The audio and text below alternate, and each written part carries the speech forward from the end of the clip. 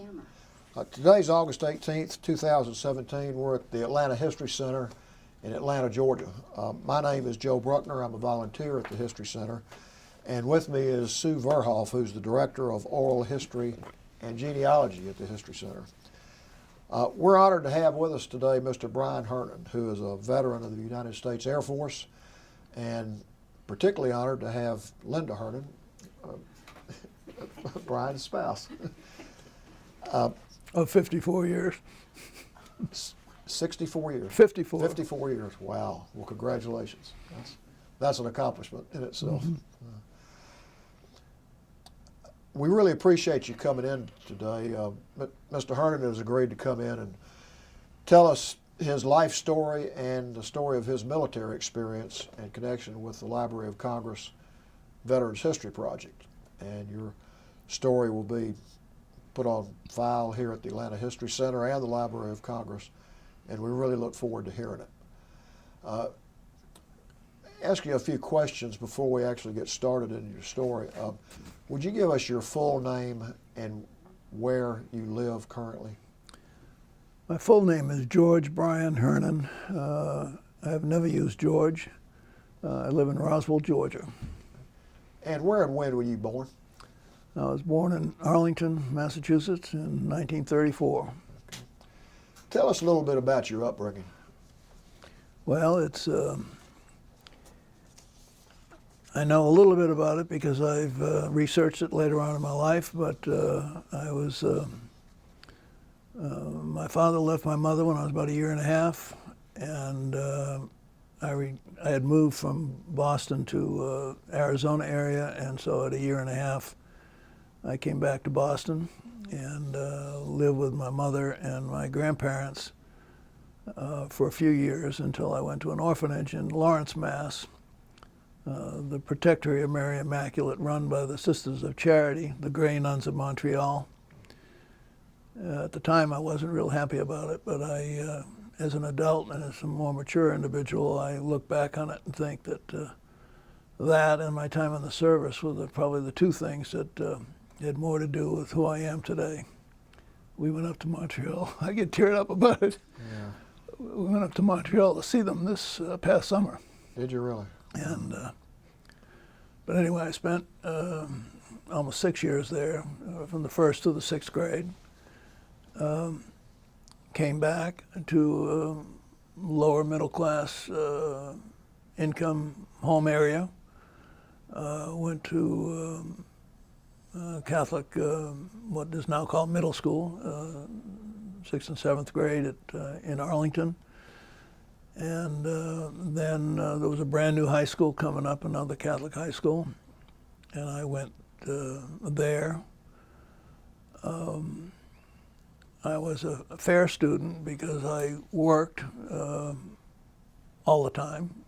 My junior and senior year, I worked pretty much full time.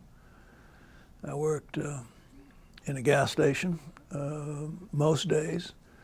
I worked at I think as a senior, I worked in the post office at Christmas. Finished high school. Well, I didn't finish high school. Before I finished high school, I joined the Massachusetts Air National Guard. The subject of college, even though I was a top student, the subject of college had never been brought up in my, quote, family. Family just wasn't an issue. Future, the word future, I don't think I knew at that age. So I had a relative that was talking to my mother, actually my father's sister, and she mentioned that two of her sons were in the Massachusetts Air National Guard. This was early 1951, and that. And I don't know whether it was a secret or not at the time, but it was a pretty good indication that that outfit would be activated, brought into active service. And it'd be service in the Air Force for a few years as opposed to being drafted in the Army, and particularly where I wasn't heading anywhere but the gas station after graduation.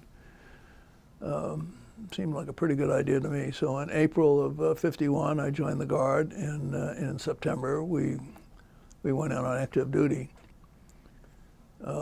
First duty station was just a really tough place. It was in Cape Cod, That is Massachusetts. Tough duty assignment. Yeah, and I started off as a radio operator and then transitioned to being a radar operator.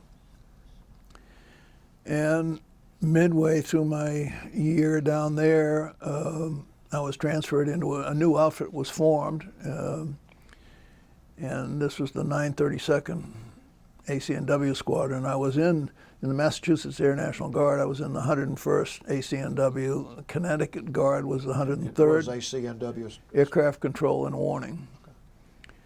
And the Connecticut was the 103rd. There were two other squadrons that were brought in. But they took the majority of the Connecticut squadron and then handpicked a handful of people, probably about a dozen from the other three, which included me, to form this new 932nd. Not only did I not know why that was done, didn't seem to matter to me one way or the other. All right, I'm in a new squadron now. But they were preparing us for this Icelandic duty. We didn't know, as it turned out, until we arrived in Iceland where we were going. Now, had the Korean War started? Oh, yeah. As a matter of fact, I did something really stupid. By then, I saw some of the people I was with, and a lot of them had some college education, and it was a pretty intelligent group of people. And I started thinking, well, maybe college was a possibility. And there was no GI Bill at the time, but there was rumors that they'd have a new GI Bill, and it would that Korean War veterans, Korean War underlined, would be eligible for this. So I verbally volunteered to go to Korea. The problem was the ACNW squadron that was in Korea when the war started had 50% casualties, because the job of ACNW is to forward control, to bring in the airstrikes for the infantry. So the ACNW controllers were head of the infantry to bring in the... So you would have been on the ground. I would have been on the ground. I think what happened is that this cousin of mine, who was also in the service, an officer, probably squashed that. I mean, I have no idea about that, but I think he would have done that. He would have seen this, and he doesn't want to do that. I took a test to go into OCS and passed, and chose not to do it for reasons that I don't know. And so late in that year, we were given winter gear and desert gear as a camouflage for what was going to happen. And so we had khaki shorts and brown T-shirts, but we also had mucklucks and heavy coats. And we went down to Camp Kilman, New Jersey, and got on a boat in New York Harbor and proceeded over the North Atlantic for 7 days, and arrived in a place called Iceland. When did you find out you were going to Iceland? Never did. When we got off the boat in Iceland, we found out where we were. There were no rumors on the boat whatsoever. I mean, it was really kept pretty secret. About a dozen of my compatriots had been over there for about a month setting things up. What was your first impression when you saw Iceland and got off the boat? I mean, what is your memory of it was something different, you know, and it was fairly bleak, and of course North Atlantic can be pretty bleak, and this was September probably, and they had to take us off the boat in barges because the boat was too big for the harbor in Reykjavik, and so we were bussed into the base, and we lived in Quonset huts, and we started building the first radar site that existed in Iceland after World War II. They had all been dismantled. Iceland itself was politically going through some communist interests, and a good percentage of the Congress, the all thing in Iceland, I think it's the oldest Congress, continuing Congress in the world, from about 900 something. A lot of them were communists. And so when Iceland, and Iceland was a quote neutral country, so they really didn't need any military there. So when World War II ended, everyone disbanded. And they were talked into the natural air route from Russia to the United States is the Great Circle, and of course Iceland's right on the line of fire. So they put some radar sites there, and they were able to do that. And we built the first one. We had real rickety old equipment, Tipsy 1B, World War II portable, and we just set it out in this field. Built a tent around it and built tents, put tents up and set our equipment in there, and eventually built buildings inside the tent. So we were building our station as we worked. And, we saw a lot of interesting things, but we didn't have any. What are some of the interesting things you saw? Well, one time this radar was supposed to only have a range of about 75 miles. But one time there was a secret flight of B-36 bombers flying from Texas to Europe somewhere. Well, you put a handful of B-36 bombers together in the air, they'll make a big echo. And so there we are at about 200 miles or something. We see this bright echo. We're not supposed to see this. And we're always working in the dark, and we're looking at our radar screens, and we'd rotate the positions. You work the radar screen, you work the board, you learn to write backwards on a big plastic board behind the board. You've seen it in the old World War II movies. The officers would be in a dais up behind us, and they'd all be kind of half asleep, and every once in a while one of us would go, uh-oh, and then they'd all wake up, and we'd be back to our screens.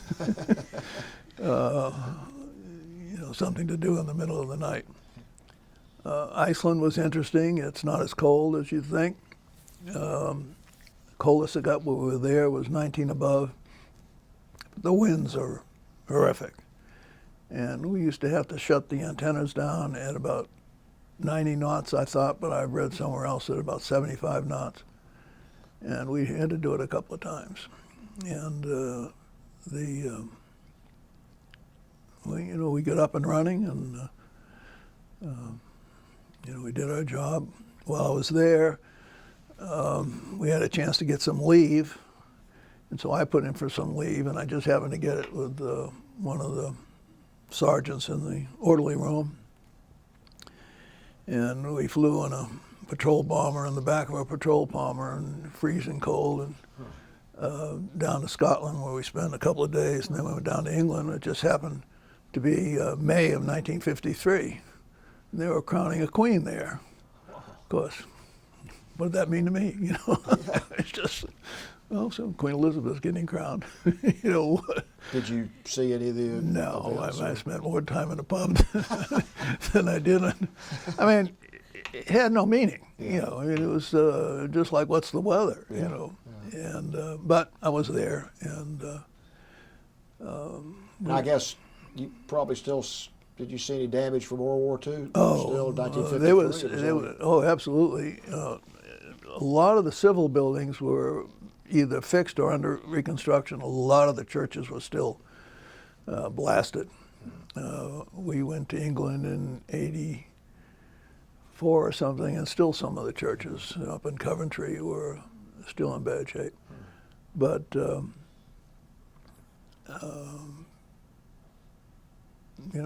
English are the English. They stiff upper lip and move on. And I was treated pretty well there, and we did the usual sights, the Tower of London, and all those things.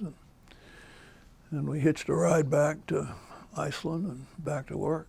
That had to be a pretty good experience for somebody that had never really traveled out of the country. Yeah, for an 18-year-old. Yeah. You know, it's, but, you know, you don't think about the consequences about it. It's just something else you're doing. Yeah.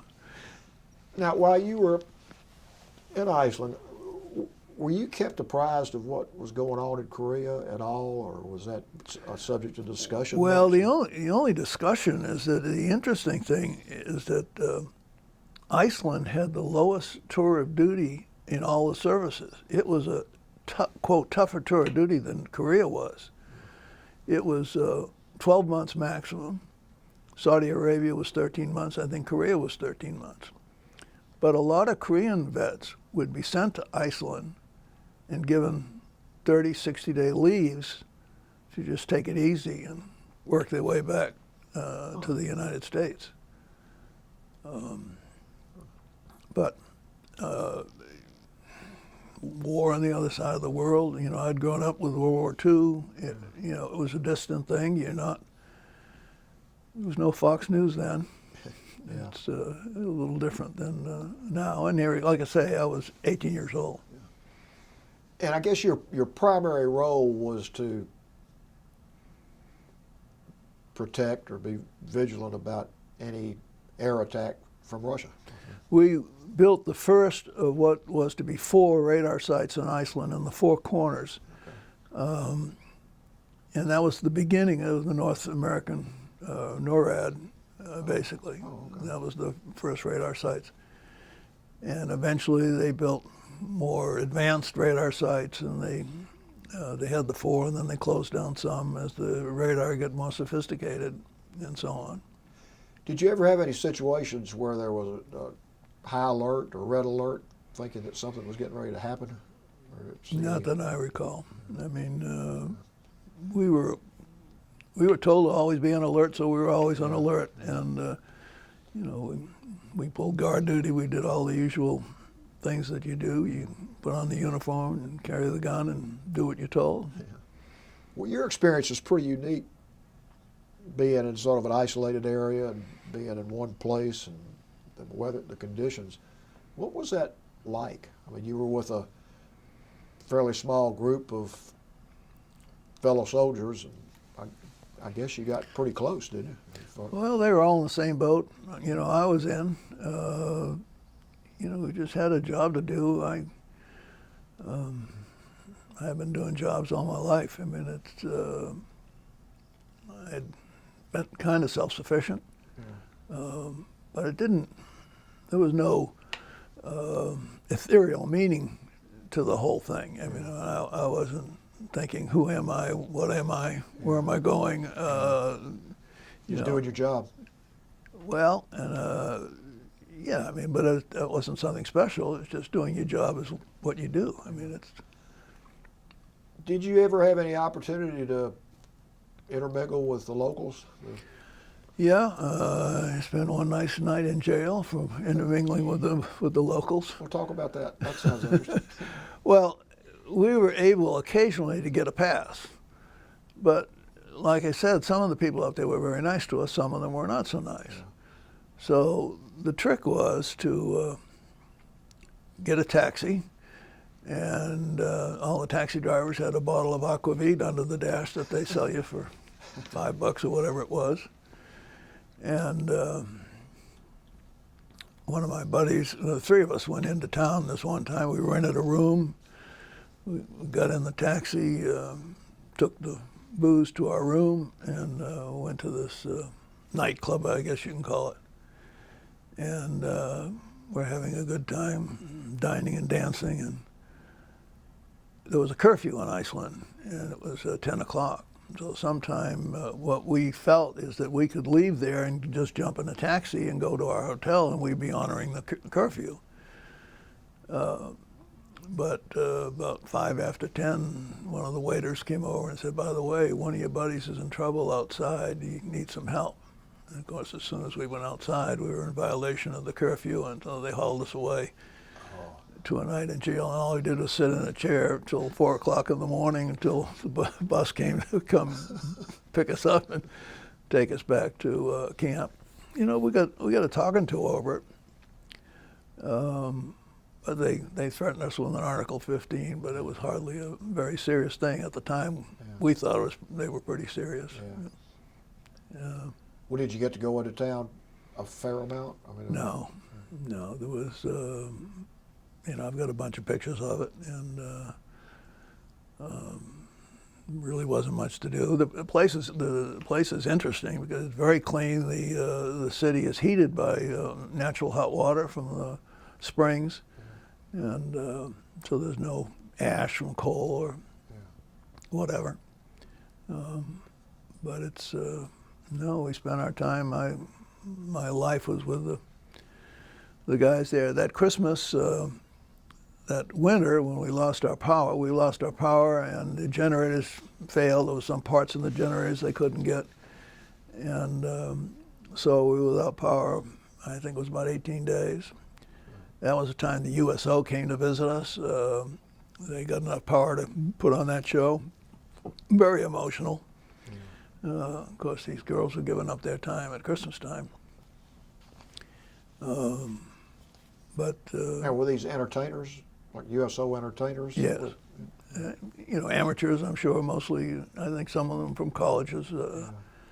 But we had the PX in the bar room and drinking our 10-cent Heinekens and so on, which was a new thing for Americans.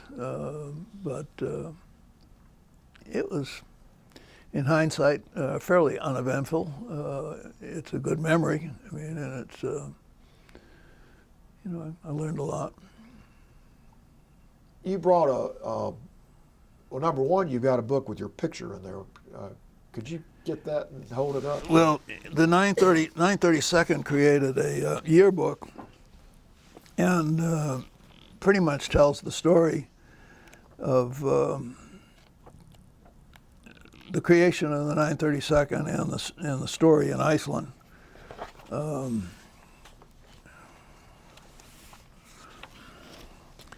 And so we have a picture of most of the people.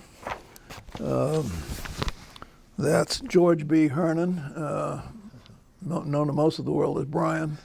And they have some cute sayings for everyone, but we don't need to repeat them. Well, if you want to repeat them, repeat them. It's not necessary. Yeah, yeah. You can get a copy. Okay. But I didn't keep in touch with. One guy, this fellow right here, Al Grabowski. After I got out of the service, here again, this college thing was not really part of my plan, but I had thought of going to Embry-Riddle Aviation School. Wasn't even considered a college.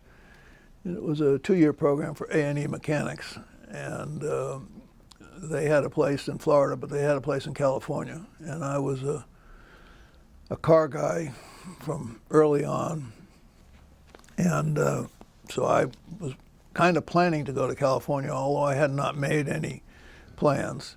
And he called me up one day and he said,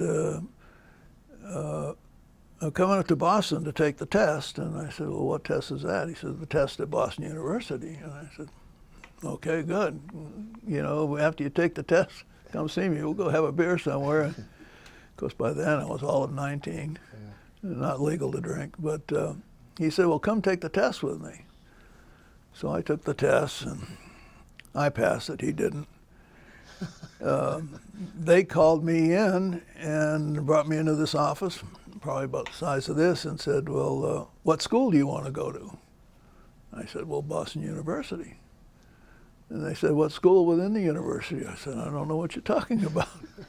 So they pointed me to a bunch of brochures over there, and there was one with an airplane on the cover, and I said, well, I'll go to that one. And that was the engineering school for a degree in aeronautical engineering. And so a month later, I found myself in college. And I had the GI Bill, and like I say, I worked full time. I worked back at the gas station, which over my lifetime in Boston, I worked there 10 years. I used to work in a fish store on Fridays. Of course, Boston being a heavily Catholic, Irish Catholic, and Italian Catholic town. And I worked at the post office on the Christmas time, and that was like stealing. I mean, to a guy with my money, I was making probably 85 cents an hour in the gas station, probably 75 cents at the fish store, and I'm making like $2.80 in the post office, and working half the time. I was being paid for twice as much work I was doing, but that was my first experience with government work. And I worked at the bursar's office at Boston University during school changes. When did you sleep? I got plenty of sleep. I wasn't a drinker, or I didn't party or do things like that. I mean, But you had 4 jobs. Yeah, but I didn't think I was abused. I thought I was fortunate. I had money in my pocket. I was paying my bills. I just thought I was getting along just fine. Yeah. Had a car of my own. At that time, in college time, it was paid for. But I went to BU. It took me 4 years and 2 summers to get through. I ended up taking a management major rather than a design major because my math skills weren't of the highest engineering quality. And I worked summers on Cape Cod as either waiter or bartender. And when I worked at BU in registration time, one summer I registered Dr. Martin Luther King and his wife. And it didn't mean anything to me at the time, but most of the people we registered in BU in the summer were black. Huh. And I didn't realize that they didn't have the kind of educational opportunities that Boston afforded at the major schools in the South. And so a lot of them would go to black colleges during the year and come up to places like BU for the summer. Interesting. And he ended up getting, I think, another doctorate there. I'm not sure if that's where he became Dr. Martin Luther King or not, but they were both there at the time. Huh. So, I mean, I didn't meet him. I'm just that's interesting. Paper shuffling, yeah. But Boston is a nice place to come from, and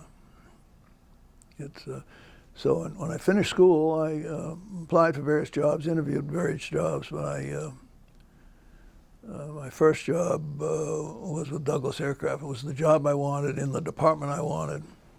It was, in hindsight, the best job I ever had. And I was good at it, and I was better at it than most. It was a practical engineering job working in the shop. And I've said that that's probably what I should have done, but I got too smart for my britches and wanted to advance faster than I was advancing, which was pretty fast, and went to work for the Garrett Corporation. Had I not done that, I would not have met Linda. And so that job change turned out to be a good move. A good move, yeah, understated. But that's the little beginning and afterward of my time in Iceland. Did you ever consider making the military a career? As you were getting I ready? did in the beginning because I didn't have any other, I really didn't have any other options. But early on I started to see I didn't understand it as well as I do now, the disadvantages of the large organization. As an avocation, I'm a student of growth and size. And I think size has its limits. It does in organisms and it does in organizations. And the military was not let's get it done, it's let's get it done by the rules place. And so lots of times you'd like to do something, but that's not the way it's done. Like I say, I took the test for OCS, and I thought at that time maybe that was a chance. But when I chose not to do that, I said I'm just going to finish my time and get out. When you left Iceland, was the Korean War over? No, I left Iceland in '53, and I think the war was just ending. Yeah, it may have just ended.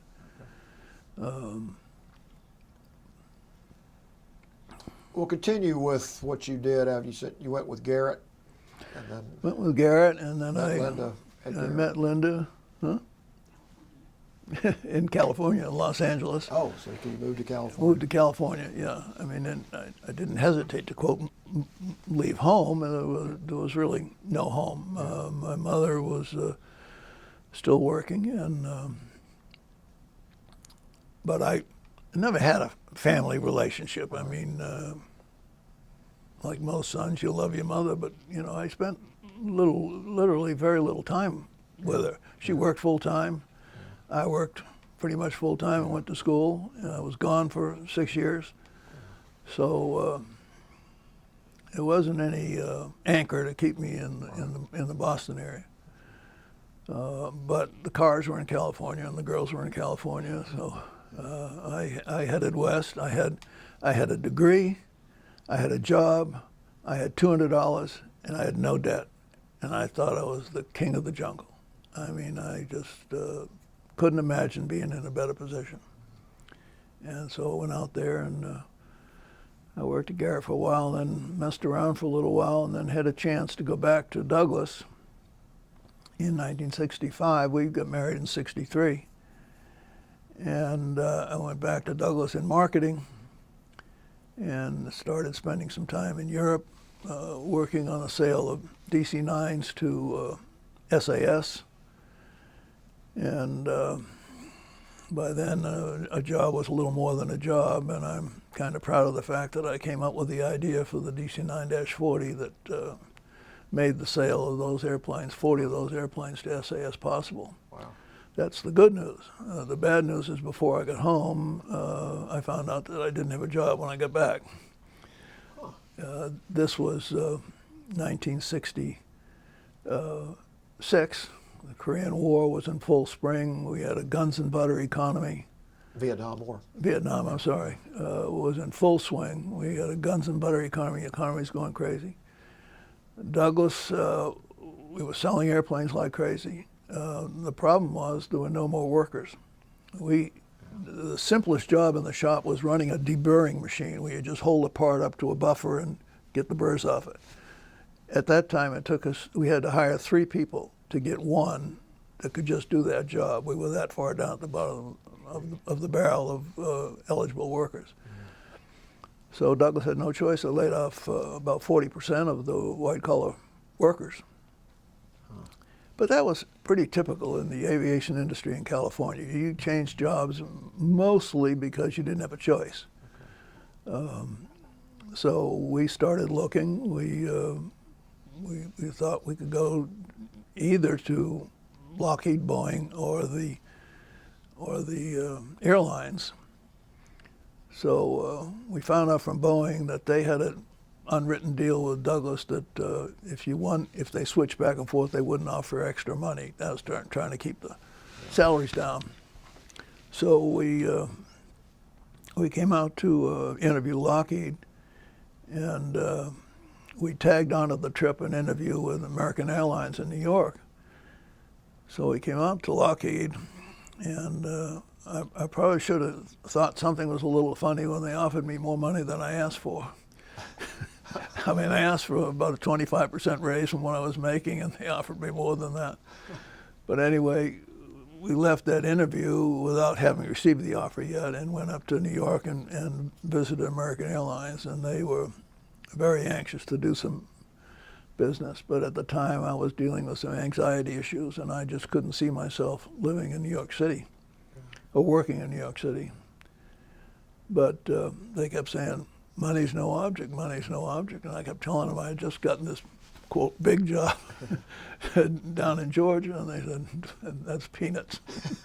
We'll offer you everything. So we went back to Los Angeles, and Linda's mom was taking care of our dog. And she said, this man from New York keeps calling, and I keep telling him you're not here, because she didn't want to say that I was out of town.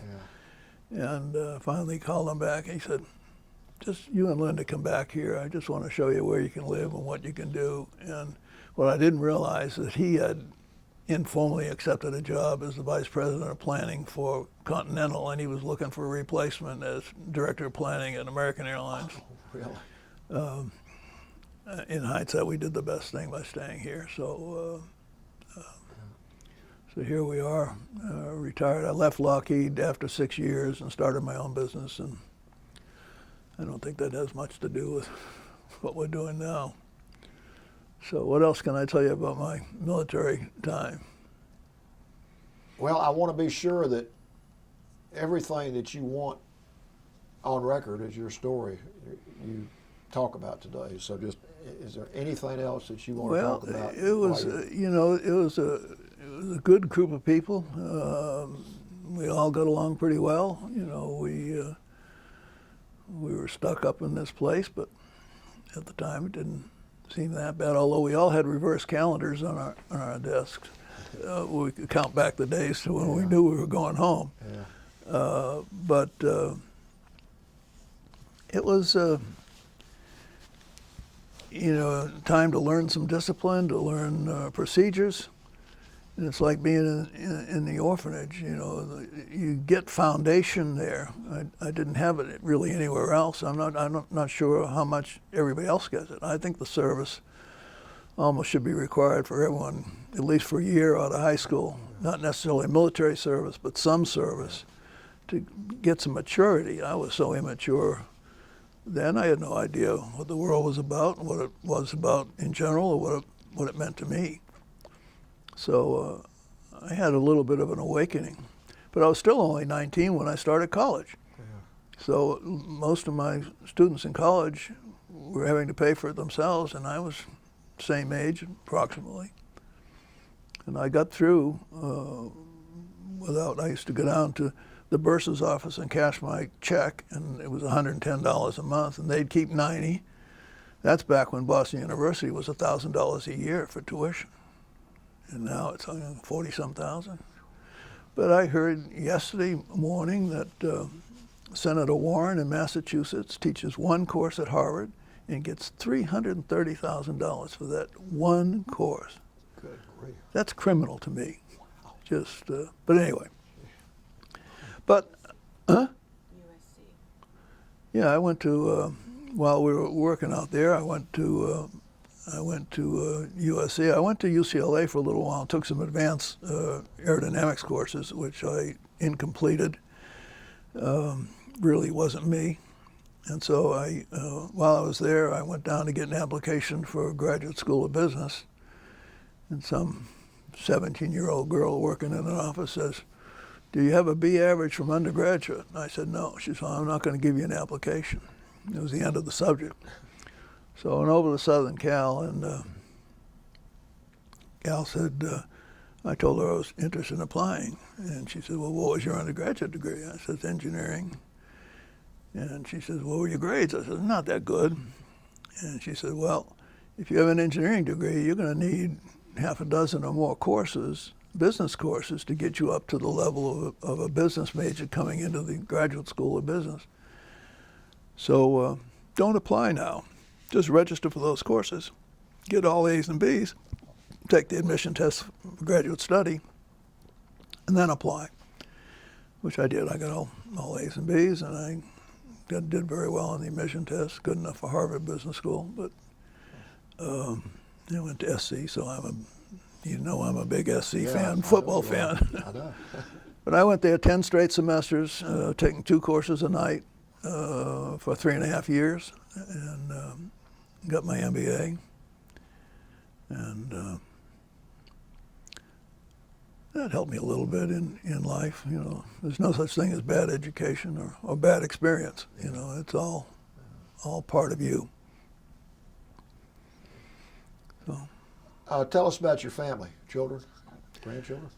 Yeah, well, back to my original family, my mother passed away, so that was kind of the end of that role. I have 2 first cousins in Massachusetts that I don't see very often. I saw them a few years ago.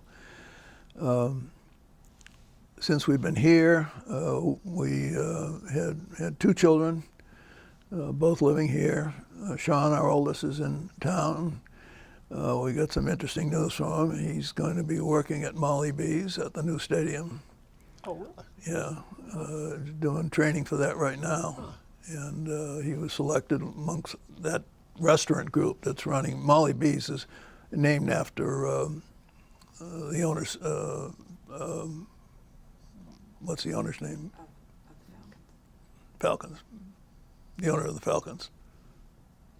Oh, Arthur Blank. Arthur Blank. Oh, yeah. Well, Molly B is his mother. So. Oh, okay. And it's the only restaurant in the stadium that opens to the field, so you can be up there eating and so on. And they're going to have memberships to this thing, which you can go to this restaurant 3 hours before the game through the first quarter. And it's private for members. And after that, it's opened to anybody. So he's working there. Good. And Jamie, our youngest son, is here in Roswell. He's married to Nancy, and they have 3 children. He's a junior this year at Blessed Trinity, and the other 2 are in the 8th and 3rd grade at Queen of Angels School. Grace and Nick, Ryan, Grace, and Nick, and we're all close, and we go to the soccer games and pick them up at school and do all those things. So our whole family, and our new family, the Hernan family, now is here, and That's nice. it is really nice. I know you have a lot of traveling to do, and I don't see anyone moving. Jamie's a hometown lawyer, he's not going anywhere, and I don't think Sean's going anywhere. So, and we're not going anywhere. So, in the short term. Well, Linda, do you have anything you want to add, or anything you want to remind? Yeah, Brian please do. about? Well, a good many years he did start his own business, Automod. He didn't really talk about that, and that was from his love of cars.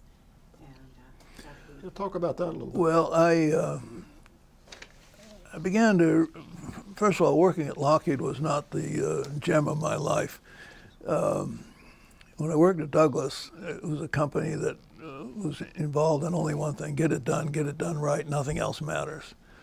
At Lockheed, it was back to do it by the rules, or that's not the way we do things here.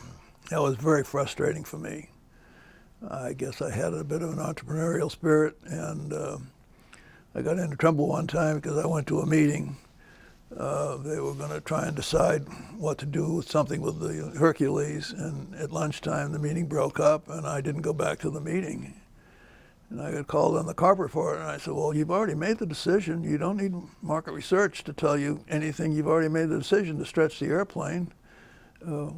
Why did I have to be there? Well, we got to have a representative from market research. We've got to put our imprimatur on that. I said, I'm not putting it on there. You made the decision yourself.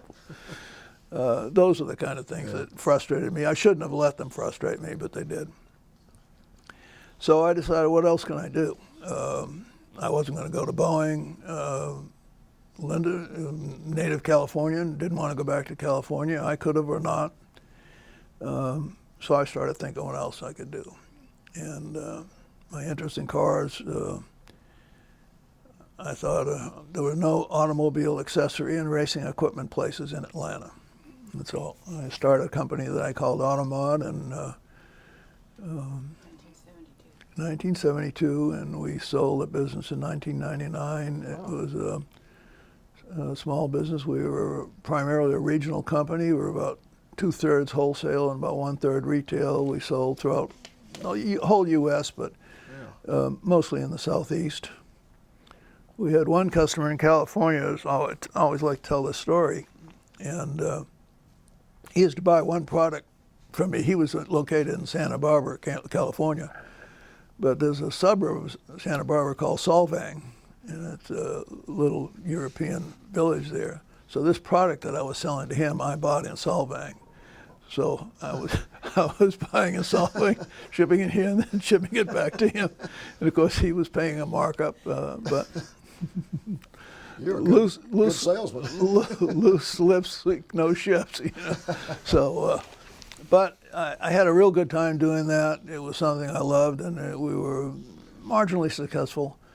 The market changed tremendously in the last few years, and I was getting older too. Like I said earlier, I started working full time at about age 13, and so by the time I got to be 65, I was ready.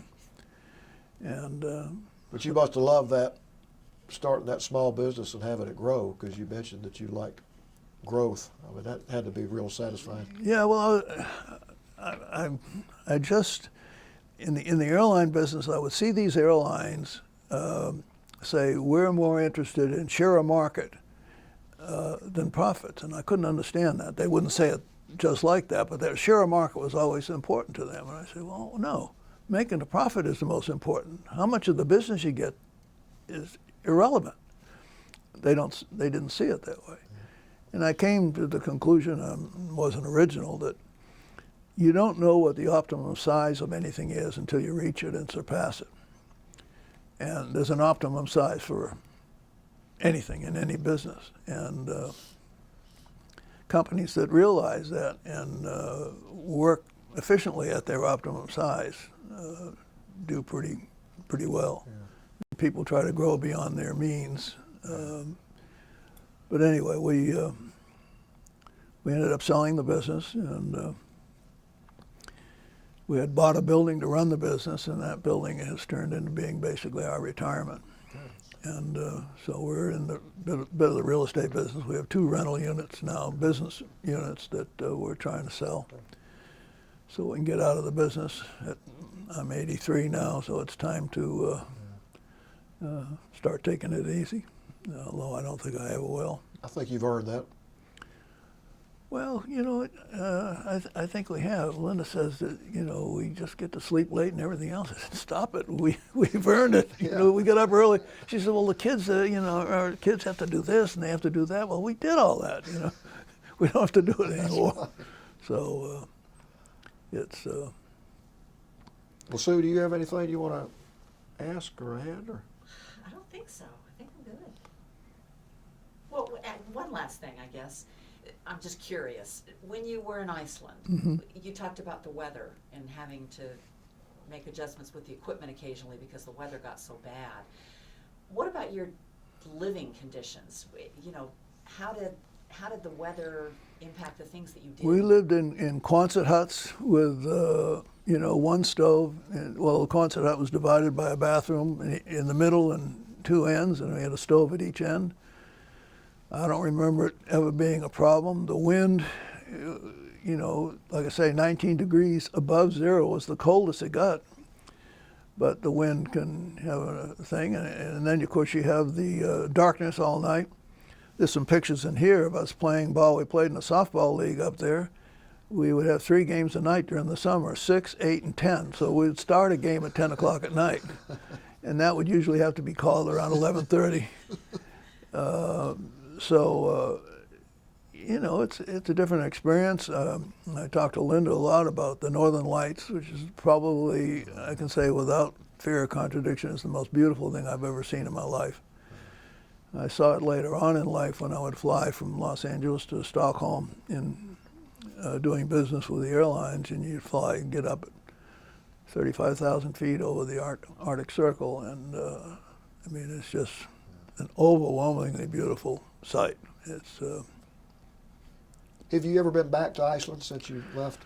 No, I'd like to not to just go to Iceland, but I wouldn't mind making a stopover.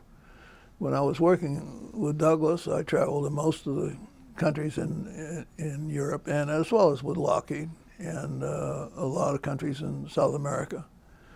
But the best part of traveling is coming home. It's, you know, with all due respect to those wonderful places, coming, you know, is just something different right here. Yeah, I agree. It's, but the weather was, you know, when the wind was up, we'd walk over to the mess hall, you know, we'd walk over like this, you know, leaning forward, and we'd come back the other way. Just trying to keep your balance sometimes was difficult. I've got one other question. That what Sue asked you reminded me of that. When the power went out and you had no light for all that time, talk about that a little bit. I mean, what was that like emotionally, or how you handled that? Or? Well, you know, we worked a lot and we slept some, and during the winter we didn't have any light anyway. We had candles, and but it's like everything else, you deal with it. Yeah. You know, your bunch of kids, you know, we were 18, 19, 20-year-olds. Yeah. It's, How about food? Were you able to cook your food? well, there used to be a saying in the service, Mama's cooking was never like this. That's why I joined the service. The service, I was one of those that thought SOS was one of the best meals of all time. I never had a complaint with service food. You know, my mother wasn't a cook. My mother was a worker. And, you know, that was one of the things when I was working as a kid. You know, I paid room and board. I mean, but everybody did. You know, you felt fortunate that you could be able to help. I mean, in those days, my mother was making $15 a week. Yeah. But I was making $5 a week, so I was making a third of what she was making. So but the service food was not a problem. And the service food in Iceland, of course, in a place like that, and I'm sure it was Saudi Arabia was the same way. Of course, in Korea, that was out in the field, so that's a different situation. Yeah. But yeah, the food was good. Well, I can't tell you how much we appreciate you coming in here and sharing your experiences. As I mentioned earlier, you're the first person we've interviewed as part of the Veterans History Project here in Atlanta that was stationed in Iceland. And really interesting hearing that experience, and even more interesting hearing about your life. I mean, you're a self-made man, and I know you're modest about it, but had a tough family situation. You constantly had jobs all the way back to 13. You were working multiple jobs all the time. You ended up going to a great school up in the Northeast and graduating, getting your graduate degree, and ended up starting your own business and building it. I mean, that's a heck of a story. I mean, that's an all-American story there, and you should be real proud of that. And I'm sure you're even more proud of your family, Linda, and your boys and your grandchildren. Yeah, we've had a good life. So. And, there's a few setbacks here and there, but everybody has those. Yeah. So, thank you for telling us your story, and more importantly, thank you for your service. Oh, thank you. I'm glad to do it. Thank you.